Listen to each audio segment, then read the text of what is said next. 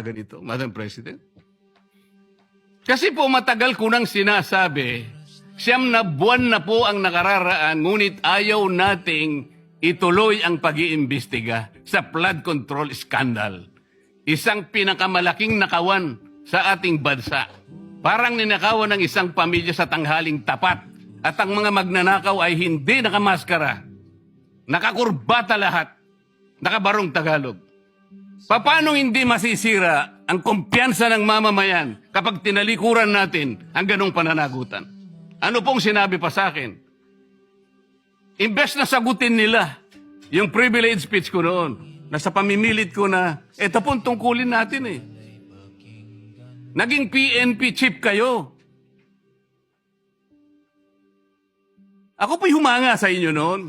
Hindi ko na ikukwento yung lahat ng ito. Bakit ngayon? Bakit hindi natin gawin lahat yon? Alang-alang sa interes ng bayan.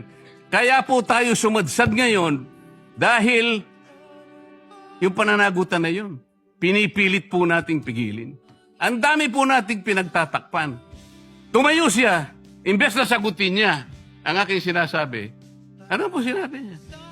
Kung ano-ano po sinabi, nagpalabas din po siya ng napakaraming video na kinakampihan ko si Diskaya, nag-bla-bla-bla, na ang asawa ko raw ay independent na ganito. Lahat po. Pati yung tayo ko sa Congress noon, na sinasansala ko yung mga kasama ko because ngayon ko lang nakita ang Vice President, nagpipresent siya ng budget for 2025. Inaaglahi siya sa budget 2022 and 2023. Yung mga ganun po.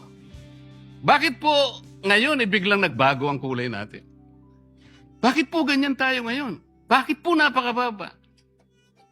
Siguro po, kung may pagkakataon tayo, maring bukas o kang makalawa, makikita po ninyo yung complete video yung nangyari nung Lunes, May 11, 2026.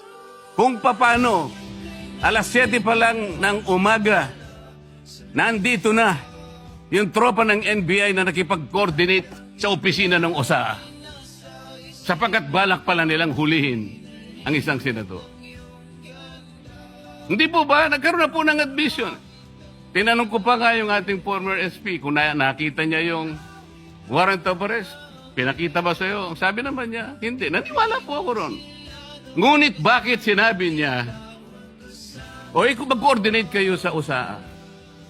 Alam po ba ninyo, Madam President, kung ako po ang Senate President, kaya ko lang naman ginagawang halimbawa ito, Madam President, dahil hindi naman po ako magiging Senate President.